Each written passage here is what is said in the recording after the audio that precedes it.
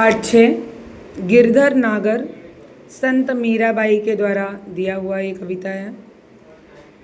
प्रस्तुत काव्य में रसिक शिरोमणि श्री कृष्ण की अनन्य उपासिका मीराबाई ने अपना प्रेम प्रकट किया है। सभी पदों में श्री कृष्ण के प्रति मीराबाई के प्रेम, उनकी भक्ति, उत्सुकता, प्रिय मिलन की आशा, प्रतीक्षा आदि का मार्मिक चित्रण है। मेरे तो गिरधर गोपाल दूसरो न कोई, सिर जाके सिर मोर मुकुट मेरो पति सोई। छाड़ी दही कुल की कानी कहाँ करी है कोई, संत डिग बैठी बैठी लोक लाज खोई। इसका अर्थ है, गिरी को धारण करने वाले गायों के पालक कृष्ण के सिवा मेरा और कोई नहीं है। जिनके मस्तक पर मोर मुकुट शोभित है वही मेरे पति हैं।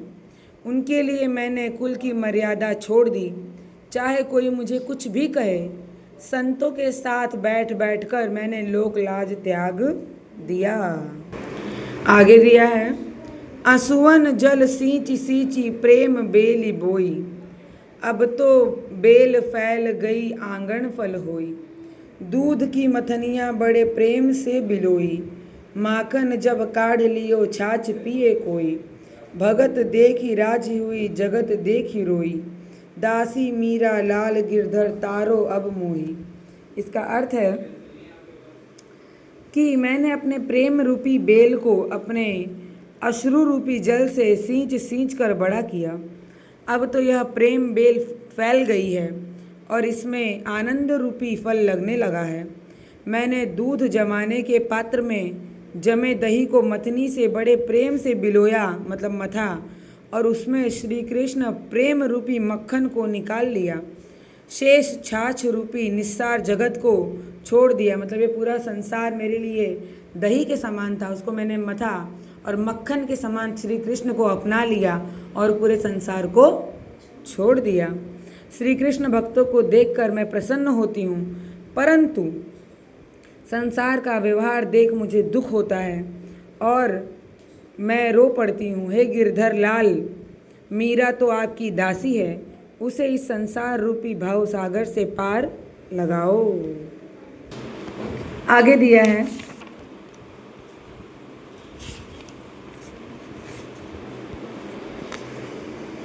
हरि बिन कूण गति मेरी, हरि मतलब कौन? श्री कृष्ण।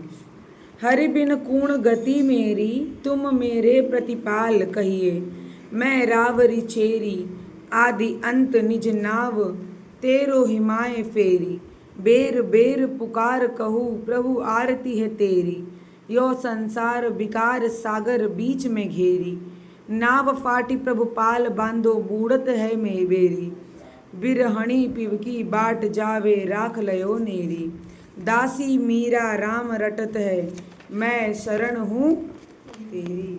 इसका अर्थ है, हे हरि, आपके बिना मेरा कौन है, अर्थात आपके सिवा मेरा कोई ठिकाना नहीं है। आप ही मेरे पालन करने वाले और आपकी मैं दासी हूँ। मैं दिन रात हर समय आपका ही नाम जपती हूँ। मैं बार बार आपको पुकारती हूँ क्योंकि मुझे आपके दर्शनों की तीव्र लालसा है। यह संसार विभिन्न प्रकार के दोषों और विकारों से, मतलब अलग अलग तकलीफ़ों से भरा पड़ा है, भरा हुआ सागर है जिसके बीच में घिर गई हूँ। इस संसार रूपी सागर से मेरी नैया को पार लगा दो, मेरी नाव टूट गई है। हे प्रभु, शीघ्र नाव का पाल बांधिए, अन्यथा यह जीवन नौका इस संसार सागर में डूब जाएगी। प्रियतम, आपकी यह विरहिणी निरंतर आपकी बाट, मतलब इंतज़ार, रास्ता जो रही है, आपके आगमन की प्रतीक्षा, मतलब आने का इंतज़ार कर रही है। आपकी यह दासी मीरा सदा आपके नाम स्मरण करती रहती है और आपकी शरण में आई है। मतलब मीरा जी श्री कृष्ण भगवान को अपना पति स्वीकार कर लेती, अपना प्रेम स्वीकार कर लेती और उन्हीं को अपना प्रेम मानती थी और उन्हीं का इंतज़ार करती थी, उन्हीं के लिए गाना गाती थी, उन्हीं के लिए भक्ति रस था उनके मन में, बाकी कोई नहीं। आगे देखते हैं हम अगली पंक्ति में। अंतिम पंक्ति है, फागुन के दिन चार होरी खेल मना रे, बिन करताल पखावज बाजे अणहन की झनकार रे। बिन सुर राग छत्तीसु गावे रोम रोम रणकार रे। सील संतोख की केसर घोली प्रेम प्रीत पिचकार रे। उड़त गुलाल लाल भयो अंबर बरसत रंग अपार रे। घट के पट सब खोल दिए हैं लोक लाज सब डार रे। मीरा के प्रभु गिरधर नागर चरण कवल बलिहार रे। हे मेरे मन, फागुन मास में होली खेलने का समय अति अल्प मतलब छोटा होता है, अतः तू जी भर के होली खेल। अर्थात मानव जीवन अस्थायी है, इसलिए भगवान श्री कृष्ण से पूर्ण रूप से प्रेम कर ले। जिस प्रकार होली के उत्सव में नाच आदि का आयोजन होता है, उसी प्रकार कृष्ण प्रेम में मुझे ऐसा प्रतीत होता है, मतलब मुझे ऐसा लगता है कि मानो करताल पखावज आदि बज रहे हैं और बहुत ज़्यादा नाद की आवाज़ सुनाई दे रही हैं, जिससे मेरा हृदय बिना स्वर बिना राग के अनेकों राग चिल्लाता है, अलापता है। मेरा रोम रोम भगवान कृष्ण के प्रेम के रंग में डूबा हुआ है। मैंने अपने प्रिय से होली खेलने के लिए शील और संतोष रूपी केसर का रंग घोला है। मेरा प्रिय प्रेम ही होली खेलने की पिचकारी है। उड़ते हुए गुलाल से सारा आकाश लाल हो गया। अब मुझे लोक लाज लज्जा का कोई डर नहीं है, इसलिए मैंने हृदय रूपी घर के दरवाजे खोल दिए हैं। अंत में मीरा कहती है कि मेरे स्वामी गोवर्धन पर्वत को धारण करने वाले श्री कृष्ण भगवान हैं।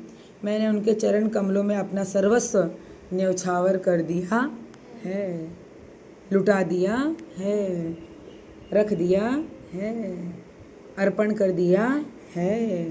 कविता खत्म हो गई है।